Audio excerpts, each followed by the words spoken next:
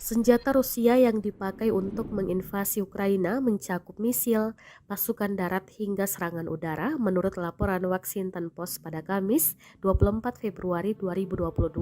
Pada awal invasi Rusia ke Ukraina, Moskwa menargetkan fasilitas militer negara tetangganya itu dengan serangan rudal.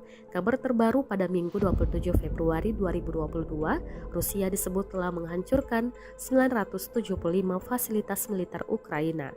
Berikut deretan senjata militer Rusia yang dipakai untuk menginvasi Ukraina. 1. Kendaraan darat. Tank dan kendaraan lapis baja Rusia tampaknya menghadapi beberapa perlawanan. Di kota timur laut Glukov, dekat perbatasan Rusia, sebuah tank T-72 dihancurkan oleh rudal anti-tank Javelin yang dipasok Amerika Serikat menurut pemerintah Ukraina di media sosial yang menunjukkan sebuah tank Rusia terbakar.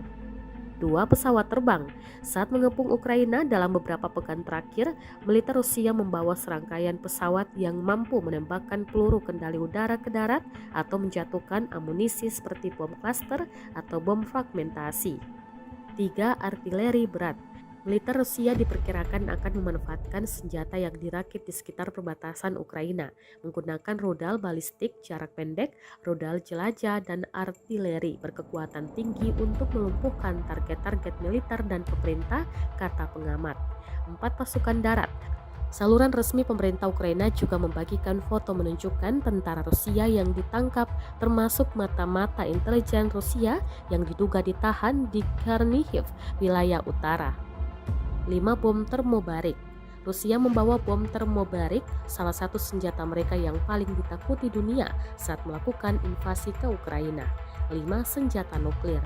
Presiden Rusia Vladimir Putin pada Minggu 27 Februari 2022 menempatkan pasukan nuklir Rusia dalam siaga tinggi. Terima kasih sudah nonton. Jangan lupa like, subscribe, dan share ya.